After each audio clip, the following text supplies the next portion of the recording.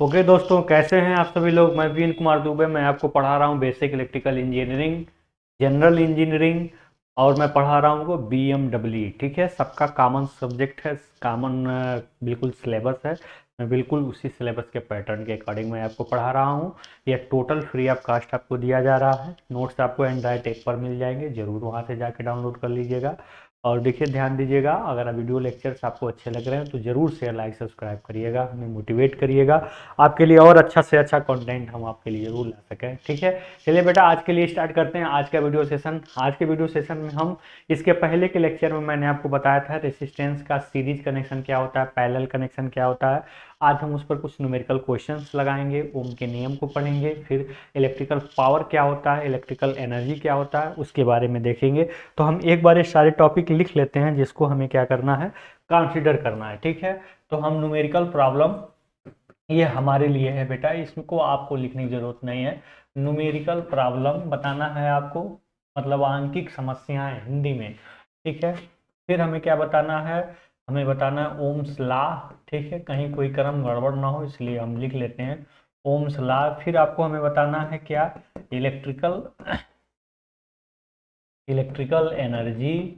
ठीक है, फिर आपको हमें बताना है इलेक्ट्रिकल पावर। इतना टॉपिक हम चाहेंगे कि आज के लेक्चर में कवर कर दिया जाए। ठीक है, इतना टॉपिक, क्या क्या, न्यूमेरिकल प्रॉब्लम, ओम का नियम, इलेक्ट्रिकल एनर्जी और इलेक्ट्रिकल पावर। ठीक है, इतने टॉपिक हम कवर करने की कोशिश करेंगे।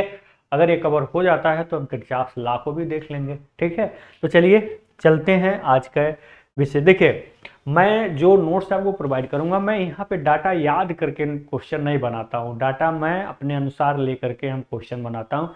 आपको कोई भी क्वेश्चन रहेगा सीरीज और पैरेलल पे, मैं गारंटी देता हूँ आपको जरूर समझ में आएगा और आप उसको जरूर कर ले जाएंगे। ठीक है, तो चलिए हम स्टार्ट करने जा रहे हैं क्या, न्यूमेरिकल प्रॉब्लम। सीरीज कनेक्शन और पैरेलल कनेक्शन क्या होते हैं आप अच्छे तरीके से समझ गए होंगे। अगर रेसिस्टेंस का एक सिरा, देखिए हमेशा नोट कर लीजिएगा, एक पॉइंट में नोट पॉइंट कर लीजिएगा। नोट पॉइंट सबसे ज़्यादा इम्पोर्टेंट बात क्या है, पहला, जो सीरीज कनेक्शन होते हैं रेसिस्टेंस के, उसमें धारा का मान क्या होता है, समान होता है। ठीक है, श्रेणी संयोजन में या सीरीज कनेक्शन में क्या होता है, करंट क्या होती है, करंट का मान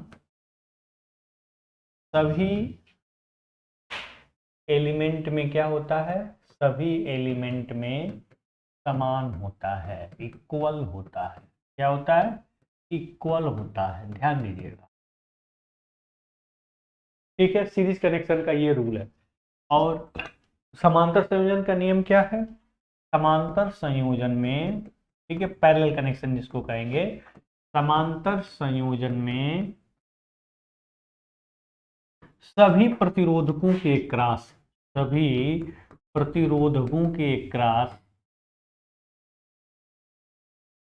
के एक क्रॉस, क्या, एक क्रॉस वोल्टेज समान होता है। क्या होता है, वोल्टेज समान।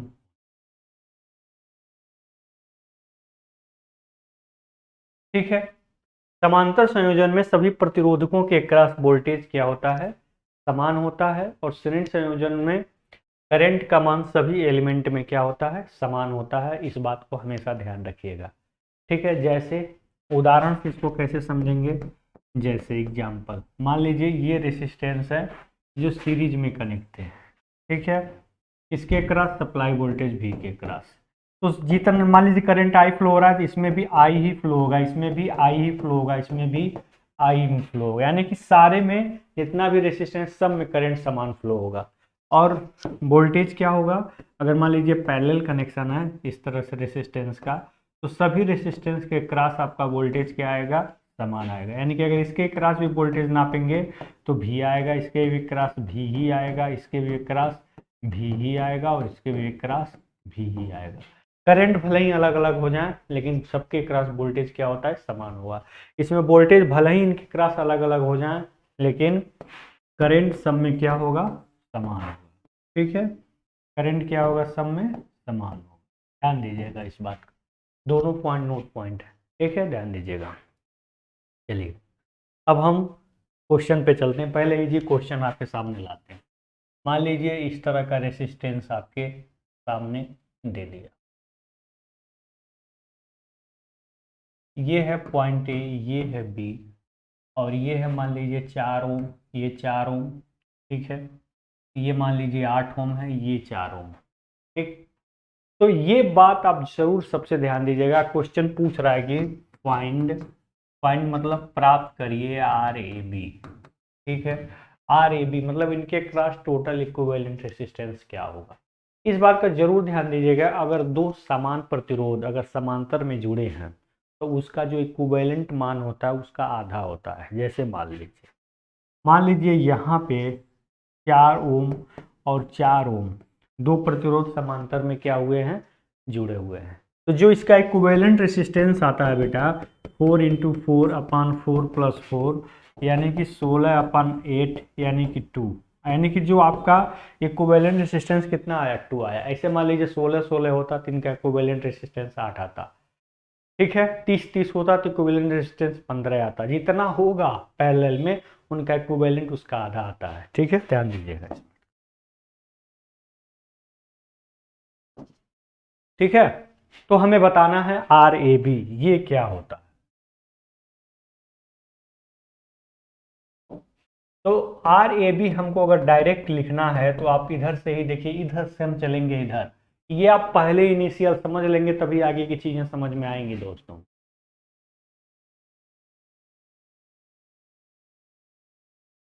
ठीक है, अगर यहाँ समझ लेंगे तभी आपको चीजें समझ में आएंगी। तो यहाँ देखिए इसका अंतिम सिरा जो है इसके पहले सिरे से कनेक्ट है, और जो करंट इसमें भी फ्लो होगी वही करंट इसमें भी फ्लो होगी। तो जाहिर सी बात है ये सीरीज में कनेक्ट हो गए। तो सीरीज में कनेक्ट हुए तो इनके जगह पे एक मान आएगा जिसका होगा वैल्यू 8 ओम। तो 8 ओम चाहे यहाँ रखें चाहे यहाँ रखें, मान लीजिए 8 ओम यहाँ रख दिए तो 8 ओम और 8 ओम एक दूसरे के क्रॉस हो गए, ठीक है। पहले हम यहाँ पे इसको ऐसे लिख सकते हैं, ऐसे ऐसे लिख सकते हैं मेरे भाई, इसको ऐसे लिख सकते हैं, किसमें है ये, सीरीज में है, ठीक है। तो यहाँ पे आप पहले लिखिए क्या, यहाँ पे लिखिए अंत अंत ब्रांच में 4 ओम और 4 ओम किसमें है, सीरीज में है, किसमें है, सीरीज में है। तो इनके जगह पे क्या होगा, ध्यान दीजिएगा, इनकी जगह पे हम एक मान रख दिए, कितना, 8 ओम। चाहे यहाँ रखें चाहे यहाँ रखें, यहाँ पे 8 ओम, ये क्या है 4 ओम, ये है ए और, ठीक है। तो जो उनका आपके वैल्यू आएगी कितनी होगी, 8 ओम होगी। इसी को हमने यहाँ पे क्या कर दिया, रख दिया, क्योंकि 4 ओम क्या है, सीरीज में थे।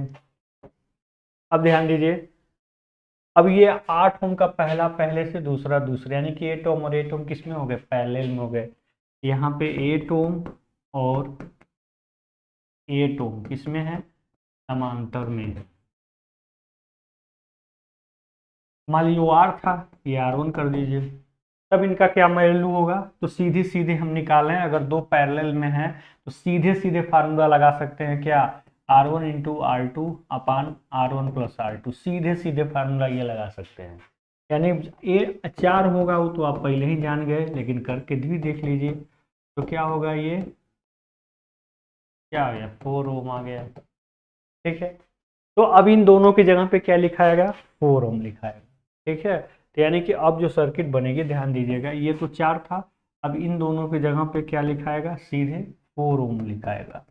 ये है आपका ए, ये है आपका क्या, बी, ठीक है। तो अब आपका इक्विवेलेंट, यानी कि इक्विवेलेंट का मतलब इक्विवेलेंट रेसिस्टेंस, जो आपका आरटी होगा वो क्या होगा, 4 + 4, ये क्या होगा, 8 ओम। यही आपका क्या आ जाएगा, आंसर। तो आपने इतना बड़ा प्रोसेस अपनाया, आप चाहे तो इसको एक लाइन में भी लगा सकते थे। कैसे, ठीक है, कैसे, 4 4 8 सीरीज में है, 8 और 8 समांतर में है, 4 4 और 4 सीरीज में हो गए, कितना हो गया, 8, सीधे डायरेक्ट निकल के आ गया सामने। तो ऐसे आपको सीरीज पैरेलल कनेक्शन का अगर क्वेश्चन आपके सामने दे दिया तो ऐसे ही आपको क्या करना पड़ेगा, कंसिडर करना पड़ेगा। एक क्वेश्चन और देखते हैं बेटा, चलिए एक क्वेश्चन और हम देखते हैं। लिखिएगा यहाँ पे, निम्न परिपथ में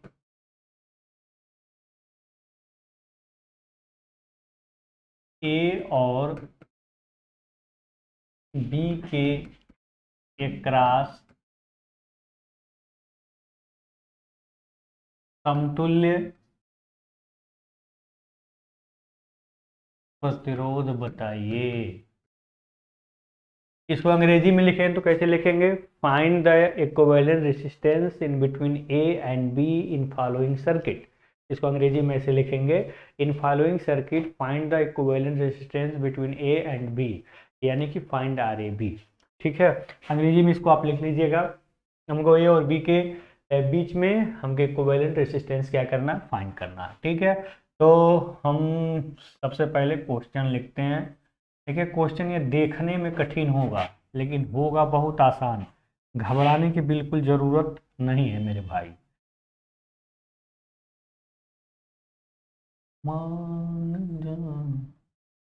देखिए क्वेश्चन आपके सामने मैं बना रहा हूँ, कोई डाटा मेरा रटा हुआ नहीं है, इसलिए आप नोट्स में डाटा चेंज हो सकता है, इसलिए आप घबराने की ज़रूरत नहीं है। ये आपका ए और बी के बीच इक्विवेलेंट रेजिस्टेंस हमको निकालना है। ठीक है, तो मान लेते हैं यहाँ भी एक रेजिस्टेंस लगा देते हैं। ठीक है, इसको मान लेते हैं 8, ये 8, ये 16। ठीक है, फिर ये 8, फिर ये 16। ठीक है, ये 12, ये 12। ये डाटा हमने लिखा है, सब किस में है, ओम में है। सब किस में है, आपके ओम में।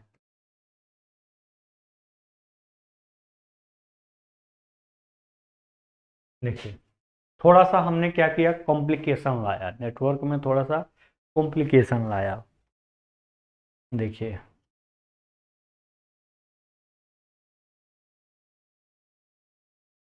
अब हमको ए बी के क्रॉस क्या करना है, टोटल रेसिस्टेंस फाइंड करना है, एक लाइन में, एक लाइन में। देखिए ये लास्ट से चलते हैं, इधर आएंगे तो जो करंट इसमें फ्लो होगा वही करंट इसमें फ्लो होगा, तो जाहिर सी बात है 8 ओम और 8 ओम सीरीज में है, तो 8 और 8 16, एक जगह 16 लिख दिया। 16 का पहला टर्मिनल पहले से या दूसरा का टर्मिनल दूसरे से तार के द्वारा जुड़ा हुआ है ना, तार उठा के यहाँ कर दीजिए, पैरेलल हो जाएंगे। ठीक है, तो 16 और 16 पैरेलल में हो गए तो इक्विवेलेंट हो गया 8। फिर 8 और 8 देखिए, जो करंट 8 में वही करंट इसमें भी जाएगा, 8 और 8 सीरीज में हो गए तो 16 हो गया। ठीक है, अब फिर 16, अब मान लीजिए इस तरह का कोई कनेक्शन है 16, और यहाँ पर 16 है, और ऐसे कनेक्ट है, चाहे जैसे भी कनेक्ट है, ऐसे कनेक्ट है मान लीजिए, तो जाहिर सी बात है कि 16 का पहला टर्मिनल पहले से और दूसरा टर्मिनल दूसरे से कनेक्ट है, तो 16 और 16 भी क्या होंगे, पैरेलल होंगे, तो इक्विवेलेंट आ गया 8। 8 और 4 देखिए ये दोनों सीरीज में, 8 4 12, और 12 और 12 पैरेलल में, पहला पहले से दूसरा दूसरे से तार के द्वारा, तो 12 और 12 का पैरेलल में कनेक्ट है, तो इक्विवेलेंट हो गया कितना, 6। कंपटीशन में इसी तरह के क्वेश्चन पूछे जाते हैं, लड़के कंफ्यूज हो जाते हैं, डाटा बहुत बड़ा है नहीं लगा पाएंगे, छोड़ो स्किप करो। तो इन चीज़ों को अगर समझ लेंगे यहाँ पे तो वहाँ पे बहुत आसान हो जाएगा। ठीक है, तो चलिए हम इनको डायरेक्ट करते हैं, आर ए बी। अगर आपको एक ही बार में निकालना है तो 8 + 8 ये दोनों सीरीज में हैं, और फिर यहाँ 16 पैरेलल में होगा, अब फिर इसके सीरीज में है 8।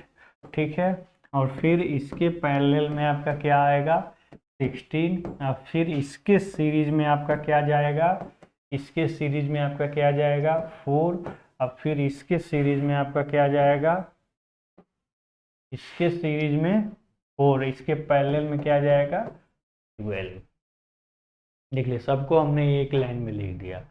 तो यहाँ पे 8 8 16 और 16 इसके पैरेलल में है 16, तो जाहिर सी बात है ये पूरा कितना होगा, 8 होगा, 8 + 8 16, और 16 पैरेलल 16। ठीक है, और फिर प्लस क्या है 4 पैरेलल 12। ठीक है, तो ध्यान दीजिएगा, तो यह कोष्टक में है। तो 8 8 16, 16 पैरेलल 16 कितना हुआ, 8 हुआ, और प्लस 4 एक साथ होंगे ये, और प्लस 12, यानी कि 8 4 12 और पैरेलल 12 कितना आया, 6 हो।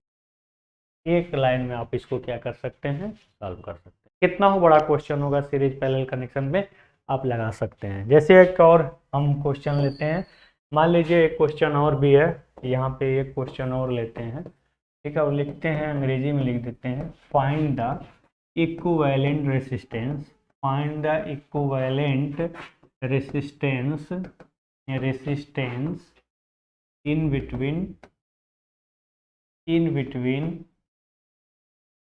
ए एंड बी। इसको हिंदी में क्या लिखेंगे, ए और बी के बीच में समतुल्य प्रतिरोध ज्ञात करिए, और वो प्रतिरोध है ये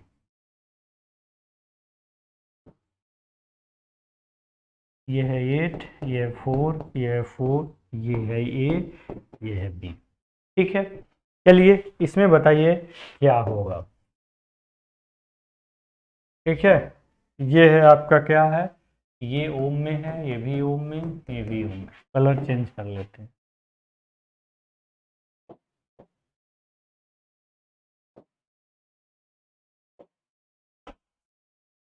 ठीक है, तो ए बी के हमें क्या निकालना है, हमें ज्ञात करना है। क्या ज्ञात करना है, ज्ञात करना है क्या, आर ए बी के क्रॉस टोटल रेसिस्टेंस।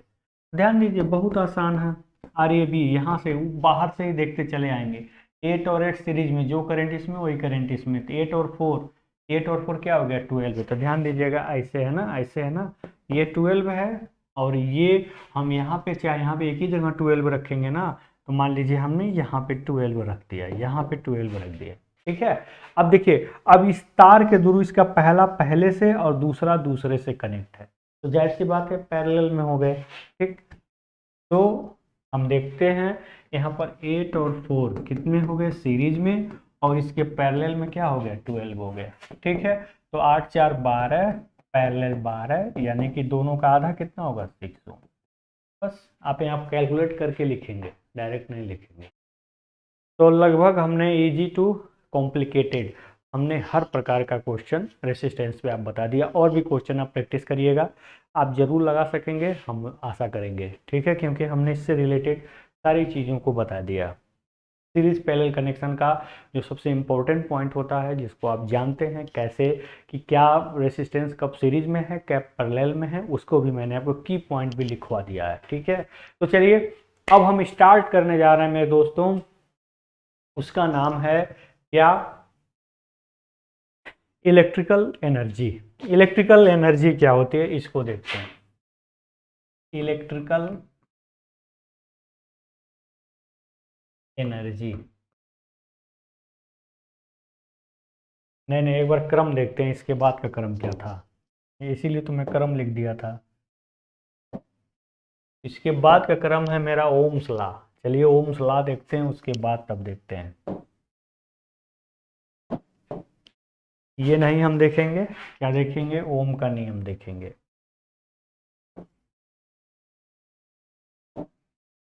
ओम का नियम,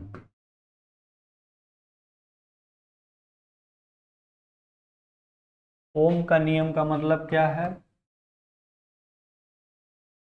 ओम्स लॉ। ओम्स लॉ क्या कहता है, ओम्स का नियम क्या कहता है, बहुत ही साधारण शब्दों में इसको समझाने की मैं पहले कोशिश करूंगा। एक साइंटिस्ट थे जिनका नाम था साइमन ओम, उन्होंने बताया था, अगर किसी परिपथ को, मान लीजिए दो परिपथ हैं और दोनों परिपथ को समान टेम्परेचर समान प्रेशर पे हम रख दिए हैं, ठीक है, तो उसमें हम जब समान टेम्परेचर और समान परिपथ पे, समान प्रेशर पे अगर कोई परिपथ है, तो उसमें अगर हम वोल्टेज बढ़ाते हैं तो धारा का मान बढ़ जाता है, अगर वोल्टेज घटाते हैं तो धारा का मान क्या हो जाता है, घट जाता है। बस यही तो था ओम का नियम। बहुत सिंपल सा नियम है, जो बच्चे बहुत कंफ्यूज्ड होते हैं, इसलिए मैं बहुत इजी वे में समझाने की कोशिश कर रहा हूँ। अगर दो परिपथ हैं, किसमें, अगर उसकी भौतिक परिस्थितियां जैसे प्रेशर टेम्परेचर अगर वो चेंज नहीं हो रही हैं, तो तब उस परिपथ में अगर हम वोल्टेज बढ़ा दें, मान लीजिए पहले 12 वोल्ट का बैटरी लगाए थे तो कुछ करंट फ्लो हो रही थी, ठीक है, हमने फिर से उसी टेम्परेचर पे उसी प्रेशर पे फिर हमने 12 वोल्ट की जगह पे 24 वोल्ट कर दिया, तो जैसे हमने वोल्टेज बढ़ाया वैसे ही करंट बढ़ जाएगी। यही ओम ने बताया था। अगर उसी टेम्परेचर पे उसी प्रेशर पे अगर हम 12 वोल्ट की बैटरी की जगह पे 6 वोल्ट की बैटरी लगा दें तो उसी के रेशियो में करंट भी क्या हो जाएगा, घट जाएगा। यानी कि जो वोल्टेज और करंट का जो रेशियो होगा वो फिक्स होगा, वो चेंज नहीं होगा। अगर टेम्परेचर और प्रेशर, अगर ये जो भौतिक परिस्थितियां हैं, जो फिजिकल कंडीशंस हैं, अगर ये सेम रह गए परिपथ के लिए, तो कितना ही परिपथ हो, सब में जो वोल्टेज और करंट का जो रेशियो होगा वो फिक्स आएगा। ऐसे भी कह सकते हैं, या कह सकते हैं कि जैसे हम वोल्टेज बढ़ाएंगे उसी के अकॉर्डिंग करंट बढ़ेगा, जैसे वोल्टेज घटाएंगे उसके अकॉर्डिंग करंट घटेगा, लेकिन टेम्परेचर और प्रेशर क्या होना चाहिए, फिक्स होना चाहिए। अगर ये चेंज हुआ तो ओम का नियम फॉलो नहीं करेगा। जैसे फिलामेंट लैंप, फिलामेंट लैंप में मतलब बल्ब जो आपके घर में जलता है, 100 वाट वाला पहले यूज होता था, ध्यान दीजिए, उसमें फिलामेंट होता है। जब हम वोल्टेज के लेवल को बढ़ाते हैं तो उसका टेम्परेचर बढ़ जाता है। तो अगर हम ये देखें कि हम जब वोल्टेज का लेवल बढ़ाए तो उसी अनुसार करंट भी बढ़े, तो ये इम्पॉसिबल है। क्यों? क्योंकि जब वहां पे हम वोल्टेज बढ़ा रहे हैं तो फिलामेंट लैंप के क्रॉस फिलामेंट लैंप का टेम्परेचर भी तो बढ़ जा रहा है, टेम्परेचर नहीं बढ़ना चाहिए। अगर टेम्परेचर नहीं बढ़ेगा तो जैसे ही वोल्टेज बढ़ाएंगे ना उसी के अनुसार करंट भी बढ़ जाएगा। अगर वो टेम्परेचर फिक्स होता तो फिलामेंट लैंप में ओम का नियम फॉलो नहीं होगा। हीटर है, हीटर का कंडक्टर है, आपने टेम्परेचर बढ़ाया और उसके बाद आप वोल्टेज जो भी वोल्टेज है उस पर करंट आप मेजर कर लिए और फिर हमने वोल्टेज बढ़ाए तो भाई टेम्परेचर भी कंडक्टर का बढ़ जाएगा, तो वहां भी ओम का नियम फॉलो नहीं होगा। अगर मान लीजिए कि इसी रूम टेम्परेचर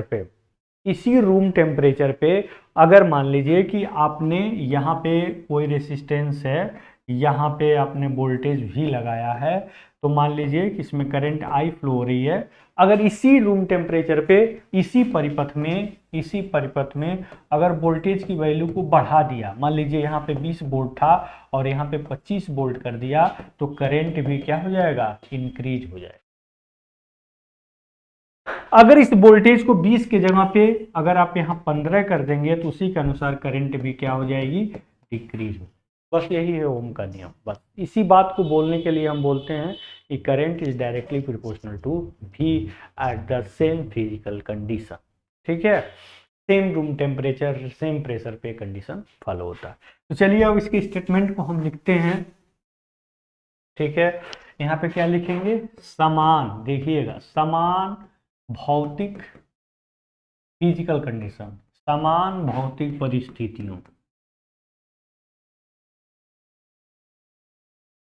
जैसे जैसे क्या, ताप दाब, बस टेम्परेचर प्रेशर, जैसे ताप दाब पर। ठीक है, किसी चालक में किसी चालक में क्या बहने वाली धारा, किसी चालक में बहने वाली धारा, क्या धारा आई, उसके क्रॉस उसके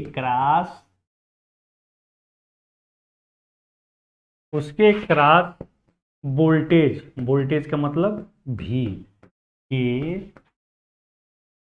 क्या होता है, समानुपाती, समानुपाती को अंग्रेजी में क्या कहते हैं, डायरेक्टली प्रिपोर्शनल। क्या बोलते हैं इसको, डायरेक्टली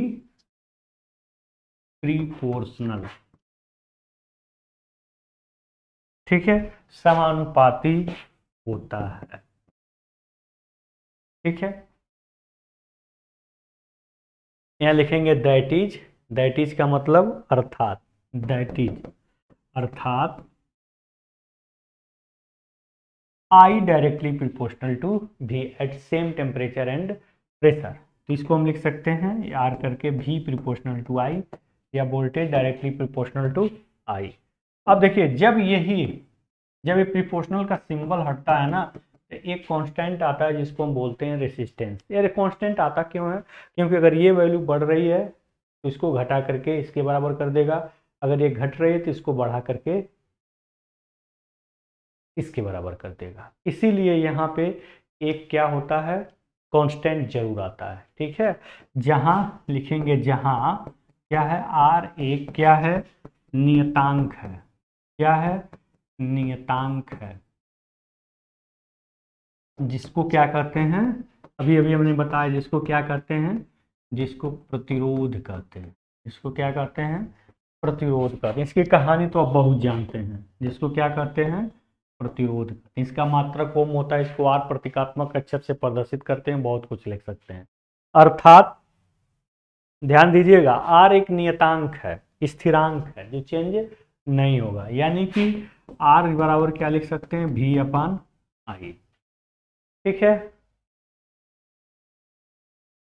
यानी कि आप जो है दूसरे शब्दों में लिख सकते हैं कि मान लीजिए कि अलग अलग परिपथ हैं, आपने वोल्टेज लेवल बढ़ाया तो करंट, मान लीजिए आपने V से बढ़ा करके V2 कर दिया, करंट I से बढ़ के I2 हो गया, लेकिन जो उनका रेशियो होगा वो क्या होगा, फिक्स होगा। ठीक है, यानी कि V2 अपन I2 या V3 अपन I3 सब क्या होंगे, बराबर होंगे। तो दूसरे शब्दों में आप क्या लिख सकते हैं, दूसरे शब्दों में अगर इसको डिफाइन करना हो तो कैसे डिफाइन करेंगे, दूसरे शब्दों में इन द अदर हैंड। ठीक है, इसको मतलब समान ताप दाब पर किसी चालक के क्रॉस वोल्टेज और उसमें बहने वाली धारा का अनुपात क्या होता है, स्थिर होता है। ऐसे आप दूसरे शब्दों में क्या कर सकते हैं, लिख सकते हैं। ठीक है, कैसे लिख सकते हैं, किसी किसी चालक के क्रॉस वोल्टेज, किसी चालक के क्रॉस वोल्टेज और और धारा का अनुपात क्या होता है, धारा का अनुपात स्थिर होता है। इसमें भी वही चीज होगा, परंतु समान ताप दाब पर। क्या इस बात को पहले लिख दीजिए, समान ताप दाब पर, समान ताप दाब पर किसी चालक के क्रॉस वोल्टेज और धारा का अनुपात क्या होता है, स्थिर होता है। ये ओम का नियम है, पूरा ऊपर से लगाए नीचे तक। तो ये पूछ सकता है ओम का नियम क्या है, इसको परिभाषित कीजिए, या आपसे पूछ सकता है ओम के नियम की सीमाएं क्या हैं। ठीक है, ओम का नियम क्या है, इसकी सीमाओं की व्याख्या कीजिए, परिसीमाओं का मतलब कहाँ तक ये फॉलो करता है, इसके बारे में। सीमा का मतलब इसकी लिमिटेशंस क्या है। ठीक है, इसको डिफाइन कैसे करेंगे, limitations, limitations of Ohm's law. ठीक है, इसको लिख सकते हैं ओम के नियम की सीमाएं, ओम के नियम की सीमाएं, ओम के नियम की सीमाएं क्या हैं, लिमिटेशंस ऑफ ओम्स लॉ। ओम के नियम की सीमाएं, इसको देख लेते हैं कहाँ तक ये फॉलो करती है। ये जो है, ध्यान दीजिएगा, ये यूनिलैटरल नेटवर्क के लिए नहीं है। यूनिलैटरल इस तरह से लिखेंगे तो आपको नहीं समझ में आएगा। ये diode, semiconductor, semiconductor, insulator, transistor, ठीक है, डायोड वाल्व, डिस्चार्ज लैंप,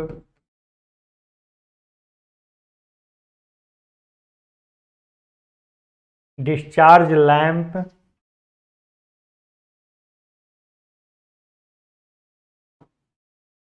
इत्यादि के लिए उपयोगी नहीं है।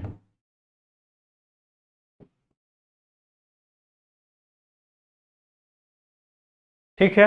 डायोड हो गया, सेमीकंडक्टर निर्मित कोई भी, चाहे ट्रांजिस्टर हो गया, डायोड हो गया, फिट हो गया, मॉसफेट हो गया, सबके लिए ये जो है एप्लीकेबल नहीं होती है। डिस्चार्ज लैम्प के लिए, लिक्विड कंडक्टर के लिए भी एप्लीकेबल नहीं है, जैसे पानी वगैरह, इलेक्ट्रोलाइट वगैरह। ठीक है, यहाँ इलेक्ट्रोलाइट भी लिख देते हैं, इलेक्ट्रोलाइट, इलेक्ट्रोलाइट। ध्यान दीजिएगा, जो बैटरी में जो इलेक्ट्रोलाइट होता है वो भी तो कंडक्टर होता है, उसके लिए भी यूजेबल नहीं है। मतलब इन सब के लिए इनकी सीमाएं इनके लिए काम नहीं करता, इसके बियॉन्ड ये काम नहीं करते हैं। मतलब कंडक्टर मेटल के लिए ही ओम्स लॉ फॉलो करता है, बाकी इन सब के लिए ओम्स लॉ का फॉलो नहीं है। इसमें जो इंसुलेटर होते हैं ये नॉन ओहमिक कंडक्टर बोलेंगे, चाहे सेमीकंडक्टर को नॉन ओहमिक कंडक्टर बोलेंगे, क्योंकि ओम के नियम को फॉलो नहीं करते हैं। ठीक है, तो ये सारी चीज़ें पूछ सकता है, क्या क्या सीमाएं, तो आप लिखेंगे इन सब। या फिलामेंट लैम्प भी बढ़ा लीजिएगा एक चीज़ और, फिलामेंट लैम्प कहने के लिए बहुत सारी चीज़ें हैं, जैसे हम इनको नॉन लीनियर एलिमेंट भी बोलते हैं। ठीक है, तो ये सब क्या होते हैं आगे सर्किट में डिफाइन करेंगे ना।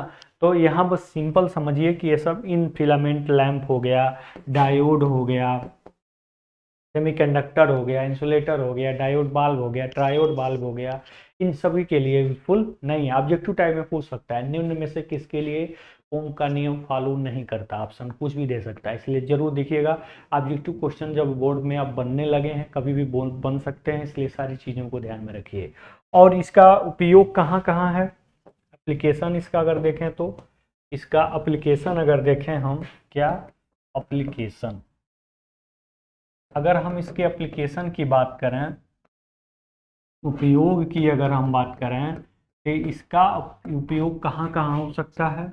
इसका उपयोग एसी और डीसी दोनों परिपथों के लिए होता है। ठीक है, दोनों परिपथों के लिए क्या है, दोनों परिपथों के लिए उपयोगी है।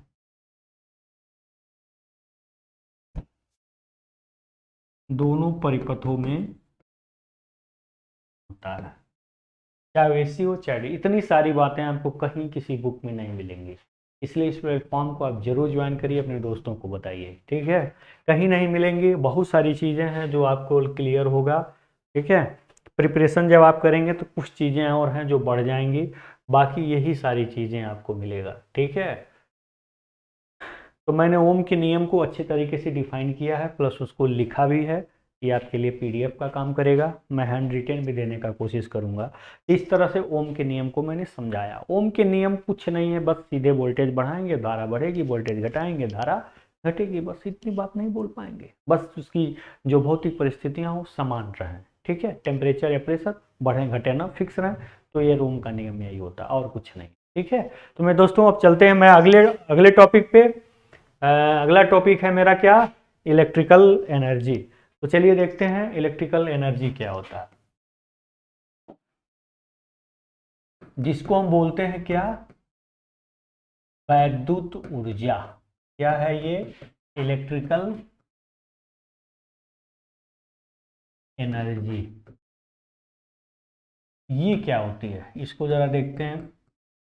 इलेक्ट्रिकल एनर्जी तो बोलते सभी लोग हैं, लेकिन किसी से अगर इसका डिफिनीशन पूछ दिया जाए तो अच्छे अच्छे लोगों की चोट ले लेती है, डिफाइन नहीं कर पाते इलेक्ट्रिकल एनर्जी होती क्या है। ठीक है, तो जब किसी सर्किट में चार्ज फ्लो होता है, तो चार्ज फ्लो जब होता है तो जो फ्लो होने के कारण जो एनर्जी स्पेंड होती है, खर्च होती है, व्यय होती है, उसी को इलेक्ट्रिकल एनर्जी कहते हैं। ठीक है, आप इसे सिंपल लैंग्वेज में लिख सकते हैं, धारा के प्रवाह में, धारा के प्रवाह में, इसको थोड़ा पतला करते हैं, धारा के प्रवाह में जो एनर्जी स्पेंड होती है, खर्च होती है, जो एनर्जी स्पेंड होती है या व्यय होती है, सीधी सी लिखिए व्यय। ठीक है, व्यय लिखिए ज्यादा सही रहेगा। जो एनर्जी व्यय होती है उसे हम क्या कहते हैं, उसे हम वैद्युत ऊर्जा कहते हैं। क्या कहते हैं? वैद्युत ऊर्जा कहते हैं। आप इसको ऐसे भी लिख सकते हैं, चार्ज के फ्लो होने में जो एनर्जी व्यय होती है उसी को इलेक्ट्रिकल एनर्जी कहते हैं। ठीक है, इसको ई से प्रदर्शित करते हैं। इसको किससे प्रदर्शित करते हैं? इसको प्रदर्शित किससे करते हैं? ई से। इसका जो यूनिट होता है वो क्या होता है आपका? जूल होता है। ठीक है, जाहिर सी बात है। और भी मात्रक क्या होते हैं इसके? इसके और भी मात्रक होते हैं kWh, किलो वाट आवर, जिसको हम यूनिट भी कहते हैं। इसी रेट से हम बिजली लेते हैं, ध्यान दीजिएगा, इसी रेट से हम क्या करते हैं? बिजली लेते हैं। तो जो आपका एनर्जी ई बराबर होता है ना बेटा, वो फार्मूला होता है V इंटू आई इंटू टी। ये फार्मूला होता है। V क्या है? V क्या है? ये आपका वोल्टेज है। I क्या है? करंट है जो सर्किट में फ्लो हो रही है। और कितने समय के लिए फ्लो हो रही है, ये टाइम है। ठीक है, इसका एक और मात्रक होता है, वाट सेकेंड भी होता है। ठीक, ध्यान दीजिएगा। ये आपका क्या है? वी आई। ये आपका पावर होता है पीटी, तो वाट सेकेंड मात्रक इसका हो ही गया। ठीक है, और भी क्या हो सकते हैं? I square R T. R क्या है? रेसिस्टेंस है। या V square T upon R. देखिए सीधे से हमने क्या किया, आई की जगह पे क्या पुट कर दिया? V upon R. तो वी और वी स्क्वायर हो गया, V square T upon R हो गया। ठीक है, या वी की जगह पे आई इंटू आर पुट कर दिया तो आई स्क्वायर आर टी हो गया। तो बहुत सारे फार्मूले हैं जो यहाँ से बन सकते हैं। ठीक है, अन्य सूत्र। अब देखिए इसके मात्रक में कुछ इंपॉर्टेंट पॉइंट हम देखते हैं। सिंपल सी मतलब यही है कि जब करंट फ्लो होता है तो जो एनर्जी स्पेंड होती है उसी को इलेक्ट्रिकल एनर्जी कहते हैं। सिंपल सा डेफिनेशन है इसका, आप समझ सकते हैं।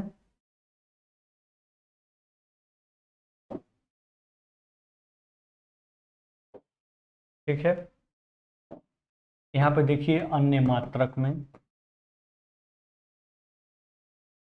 अन्य मात्रक जैसे आपका किलो वाट आवर, ये आपका किलो वाट आवर, इसको क्या लिख सकते हैं? 1000 वाट,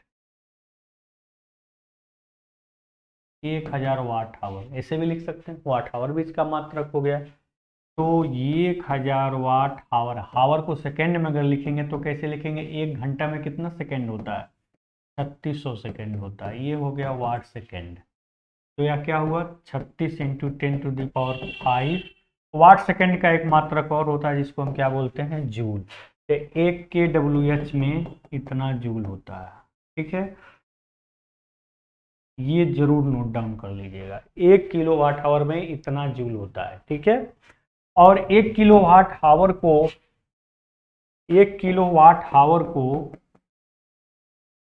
1 वोट कहते हैं। क्या कहते हैं? वोट। ठीक है, 1 किलोवाट, यहाँ पे चीज़ों को और बढ़ा दीजिए, और 1 किलोवाट आवर को 1 वोट कहते हैं। वोट का मतलब बोर्ड ऑफ ट्रेड यूनिट।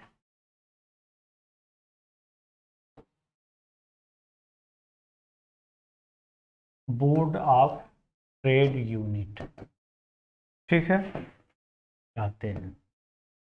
कभी कभी ऑब्जेक्टिव में पूछ देता है कि 1 वोट कितने kWh के बराबर होता है। तो 1 वोट जो होता है 1 kWh के बराबर होता है। ध्यान दीजिएगा 1 kWh में कितने जूल होते हैं वो भी देख लीजिएगा। ठीक है, कैलोरी और जूल में क्या समानता होती है? अन्य मात्रक, जो आपका 1 कैलोरी होता है ना बेटा, 1 कैलोरी तो क्या होता है? 4.18 जूल के बराबर होता है। ध्यान दीजिए, कभी कभी कैलोरी में कन्वर्जन पूछ देता है कंपटीशनों में, एग्जामों में, तो इसको भी ध्यान में जरूर रखिएगा। 1 कैलोरी क्या होती है? 4.18 जूल होती है। ठीक, तो इस प्रकार आपको समझ में आ गया कि इलेक्ट्रिकल एनर्जी क्या है, जो एनर्जी स्पेंड होती है। फार्मूला, इसका जो फार्मूला होता है VIT, पावर इनटू टाइम। ठीक, इसमें आई की जगह पे V अपान आर रखेंगे तो दूसरा मिल जाएगा। अब V की जगह पे आई इंटू आर रखेंगे तो दूसरा। कई समीकरण इसके मिल जाएंगे। मात्रक हमने एक्सप्लेन कर दिया, हर चीज़ों को हमने आपको बता दिया। ठीक है, तो देखिए अब मान लीजिए कि जो आपके घर में बिजली का बिल जो रिकवर होता है वो कैसे होता है उसका थोड़ी सी जानकारी हम दे देते हैं। जैसे मान लीजिए क्वेश्चन करके हम बताते हैं कि अगर एक घर में एक एलईडी कितने वाट की, मान लीजिए 6 वाट की। एक एलईडी 6 वाट की नहीं, कम से कम आप ले लीजिए 7 वाट की। एक एलईडी मान लीजिए 12 घंटे। एक फैन मान लीजिए, एक फैन जो है 6 वाट का, 60 वाट का, 24 घंटे। और एक टीवी भी जोड़ लीजिए, एक टीवी, ये भी मान लीजिए 100 वाट का है। ये आपका ज़्यादातर महिलाएं टीवी देखती हैं। 10 घंटे प्रतिदिन चलता है, प्रतिदिन प्रतिदिन चलता है। ठीक है, प्रतिदिन चलता है। तो 30 दिन में 30 दिन में कितना यूनिट इलेक्ट्रिसिटी का खपत होगा?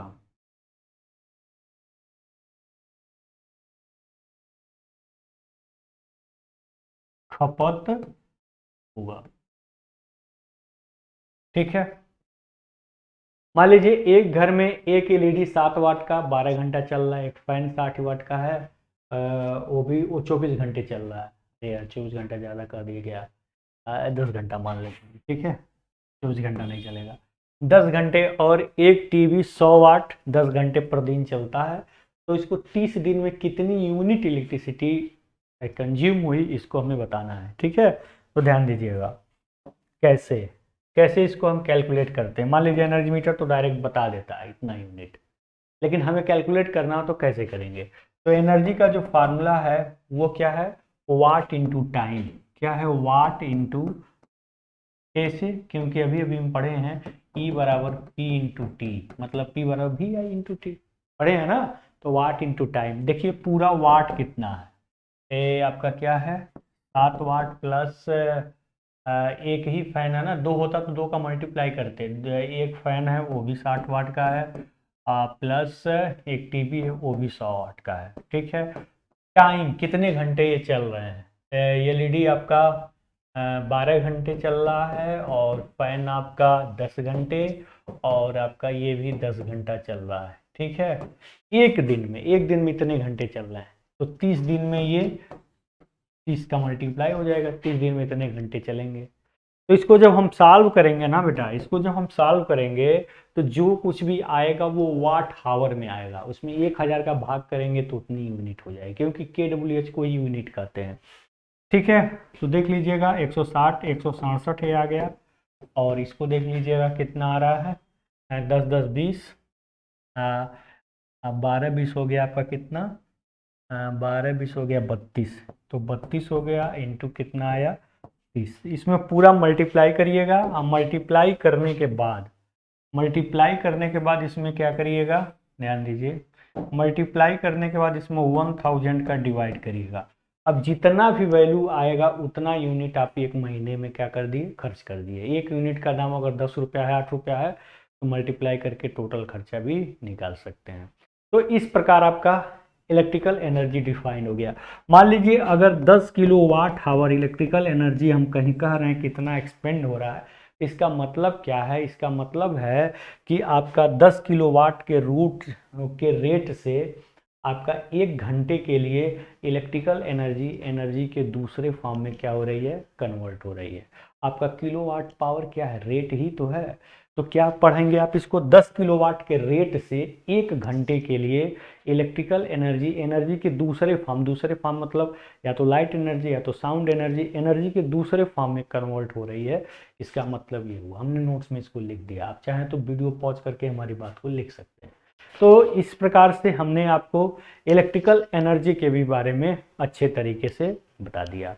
तो आज के टॉपिक में मैंने क्या कवर किया, आपने resistance, Ohm's law, electrical energy के सारे मात्रक, डिफिनीशन, उस पर न्यूमेरिकल, फिर मैंने क्या बताया, रेसिस्टेंस, उस पर न्यूमेरिकल, ओम्स लॉ को डिफाइन किया डिफरेंट डिफरेंट लैंग्वेज में डिफरेंट तरीके से, सारी चीज़ें हमने दिया। अगर आपको अच्छा लगा हो तो मेरे दोस्त ज़रूर हमारे वीडियो को सब्सक्राइब करिएगा, लाइक करिएगा, दोस्तों के पास शेयर करिएगा। मैं नेक्स्ट लेक्चर में इलेक्ट्रिकल पावर जो इसमें कम नहीं मैं कवर कर पाया, नेक्स्ट लेक्चर में इलेक्ट्रिकल पावर और किरचॉफ लॉ को लेकर आऊँगा। आज के लिए बस इतना ही, धन्यवाद।